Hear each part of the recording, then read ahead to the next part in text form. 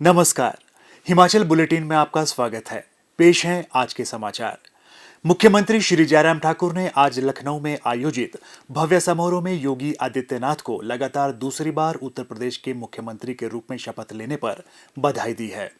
प्रधानमंत्री श्री नरेंद्र मोदी, भाजपा शासित राज्यों के मुख्यमंत्रियों, केंद्रीय मंत्रियों और अन्य प्रमुख नेताओं ने शपथ ग्रहण समारोह में भाग लिया। श्री जयराम ठाकुर भी लखनऊ में आयोजित योगी आदित्यनाथ के शपथ ग्रहण समारोह में शामिल हुए।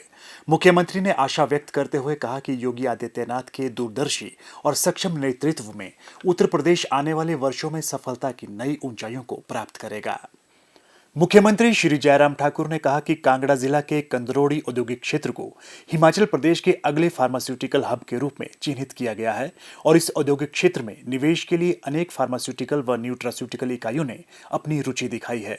मुख्यमंत्री ने कहा कि कंदरोड़ी औद्योगिक क्षेत्र पंजाब और हिमाचल की सीमा पर स्थित है और यहाँ सड़क, रेल और हवाई संपर्क की बेहतर सुविधाएं उपलब्ध है।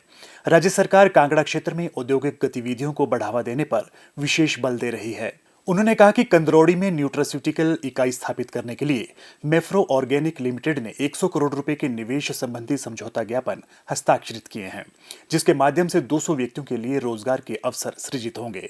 इससे पूर्व कंदरौड़ी औद्योगिक क्षेत्र में 70 करोड़ रुपए के निवेश वाले ग्रीनफील्ड प्रोजेक्ट ऑफ न्यूट्रास्यूटिकल्स को स्थापित करने के लिए समझौता ज्ञापन हस्ताक्षरित किया गया है, जिससे 300 व्यक्तियों को रोजगार के अवसर प्राप्त होंगे। इसे मिलाकर क्षेत्र में लगभग 170 करोड़ रुपए के निवेश और 500 व्यक्तियों को रोजगार के अवसर प्राप्त होंगे। मुख्यमंत्री ने निवेशकों को राज्य सरकार द्वारा हर संभव सुविधा प्रदान करने का आश्वासन दिया। उन्होंने कहा कि प्रदेश सरकार राज्य और विशेषकर कांगड़ा क्षेत्र में औद्योगिक विकास पर विशेष बल दे रही है। राज्य उद्योग विभाग को इन्वेस्टमेंट आउटरीच प्रोग्राम के तहत क्षेत्र में और अधिक निवेश आकर्षित करने के लिए निर्देश दिए गए हैं। उन्होंने कहा कि औद्योगिक विकास से न केवल क्षेत्र की आर्थिकी सुदृढ़ होगी, बल्कि इससे स्थानीय युवाओं के लिए रोजगार के अवसर भी सृजित होंगे। मुख्यमंत्री श्री जयराम ठाकुर ने कहा कि राज्य सरकार ने सोलन जिला के नालागढ़ में प्रस्तावित मेडिकल डिवाइसेस पार्क के लिए नॉलेज पार्टनर के रूप में राष्ट्रीय औषधीय शिक्षा एवं अनुसंधान संस्थान मोहाली के साथ एक समझौता ज्ञापन पर हस्ताक्षर किए हैं। ये समझौता ज्ञापन भारत सरकार के फार्मास्यूटिकल विभाग के बोर्ड सदस्यों द्वारा अनुमोदित किया गया है। श्री जयराम ठाकुर ने कहा कि हिमाचल प्रदेश राज्य औद्योगिक विकास निगम इस मेडिकल डिवाइसेस पार्क की अवधारणा, विकास और निष्पादन के लिए राज्य कार्यान्वयन एजेंसी है। राष्ट्रीय औषधीय शिक्षा एवं अनुसंधान संस्थान मोहाली मेडिकल डिवाइसेस पार्क में उत्कृष्टता केंद्र स्थापित करेगा, जो उद्योग एवं शिक्षण गतिविधियों को जोड़ने का कार्य करेगा। उन्होंने कहा कि वैश्विक प्रतिस्पर्धा के इस दौर में किसी भी निर्माता के लिए निरंतर विकास और नवाचार को अपनाना एक अनिवार्यता है। राज्य योजना विभाग ने इस पार्क को विकसित करने के लिए राज्य कार्यान्वयन एजेंसी को 74 करोड़ 95 लाख रुपए की स्वीकृति प्रदान की है और भारत सरकार का फार्मास्यूटिकल विभाग भी शीघ्र ही इसके लिए 30 करोड़ रुपए की अनुदान सहायता की पहली किस्त जारी करेगा।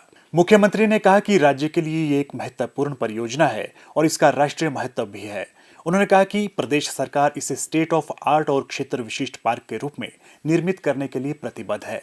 उन्होंने कहा कि इस पार्क में निर्माता उच्च कोटि के उत्पादों का निर्माण करेंगे और इसके दृष्टिगत राज्य सरकार विश्व स्तर पर उद्योग शोध क्षेत्र में परस्पर जुड़ाव की संभावनाएं तलाश कर रही है।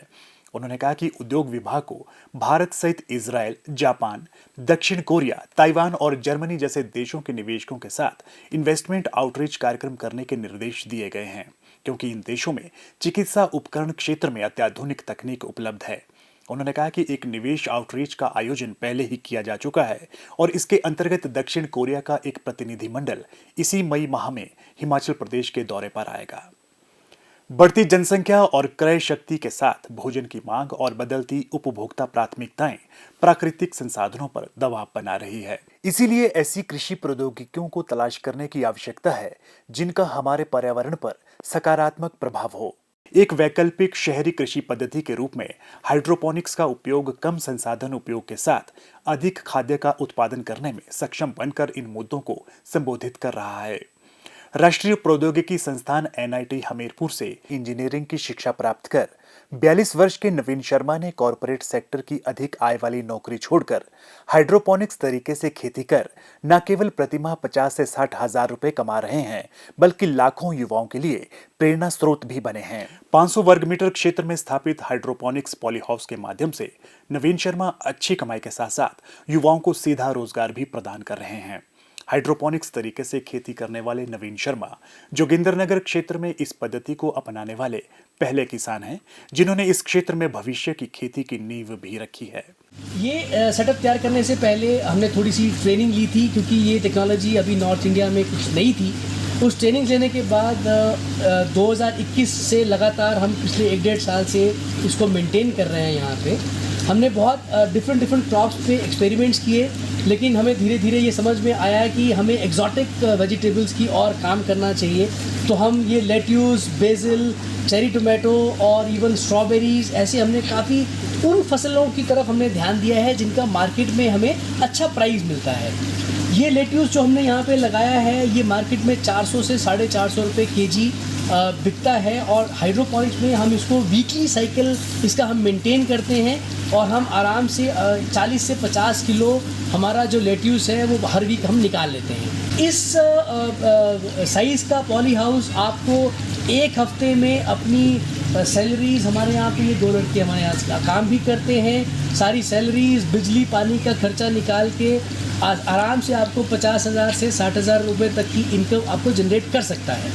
तो हम ये चाहते हैं कि जैसे मैं एक IT फील्ड छोड़ के हम एग्रीकल्चर की तरफ वापस आए, हमारे सरकार भी ये चाहती है कि जब तक हमारा जो युवा है वो जॉब सीकर ना होके उसको जॉब क्रिएटर बनना है। सरकार के लिए बहुत मुश्किल है वो सबके लिए नौकरियां जनरेट करे। हमारे यूथ जो है वो अगर अपने घर के पास रहकर ये खेती बाड़ी शुरू करे, तो हम ये चाहते हैं कि यूथ भी उसके लिए अच्छा, ये सबके लिए एक विन विन सिचुएशन क्रिएट हो। और हमारे यहाँ से जो सामान है वो कांगड़ा, धर्मशाला लोकली भी बहुत अच्छे से कंज्यूम होता है और बड़ी सिटीज़ में तो इनकी डिमांड है ही। पॉली हाउस निर्माण के लिए सरकार द्वारा नवीन शर्मा को 85% की दर से 5,18,000 रुपए उपलब्ध करवाए गए, जबकि हाइड्रोपोनिक सेटअप के लिए 3 लाख रुपए की सब्सिडी प्रदान की गई है। हाइड्रोपोनिक सेटअप के लिए कुल 10 लाख रुपए की लागत आई है। इसके अतिरिक्त पॉली हाउस की सोलर युक्त बाड़बंदी को भी सरकार ने 80% की दर से 1,35,000 रुपए का अनुदान प्रदान किया है। हिमाचल बुलेटिन देखने के लिए सब्सक्राइब करें YouTube channel IPR Himachal, follow करें ट्विटर @DPRHP, लाइक करें Facebook page information and public relations department Himachal Pradesh, visit करें वेबसाइट www.himachalpr.gov.in। इस अंक में इतना ही, कल फिर होगी मुलाकात, दीजिए इजाजत, नमस्कार।